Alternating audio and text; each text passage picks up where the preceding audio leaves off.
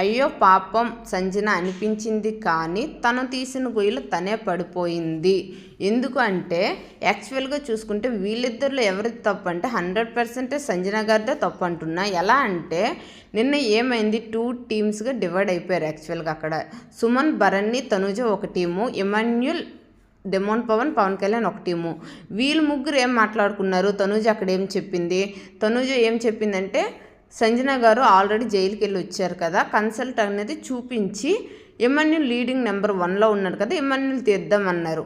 వీళ్ళు ముగ్గురు మాట్లాడుకుంది ఇమాన్యుల్ పేరు. వాళ్ళ ముగ్గురు ఏం మాట్లాడుకున్నారు, బర్నీ, సుమన్లు తీద్దాం, ఆల్రెడీ లీడింగ్లోన లిస్ట్లో ఉంది కదా సంజన అని మాట్లాడుకొని బర్నీ, సుమన్ కోసం మాట్లాడి కన్సల్ట్ ఎవరు చూపించారు, సంజనకి. అటు టీంలో కన్సల్ట్ సంజనకి, ఈ టీం నుంచి కన్సల్ట్ సంజనకి. 2 టీంలు కన్సల్ట్ చూపించిన సంజనకి లాస్ట్కి తన పోయి తనే తీసుకుంది. ఎలా అంటే అటుకి వెళ్ళక ఇటుకి వెళ్ళక మధ్యలో ఒక పేరు నువ్వు చెప్తే లాస్ట్కి ఎవరి పీకకు చుట్టుకుంటుంది, నీ పీకకే చుట్టుకుంటుంది. ఆ విధంగా తన గొయ్యి తనే తీసుకుని తన మీద పీకల మీదకి తెచ్చుకుంది. అక్కడ ఎవరిది తప్పు పట్టలేము.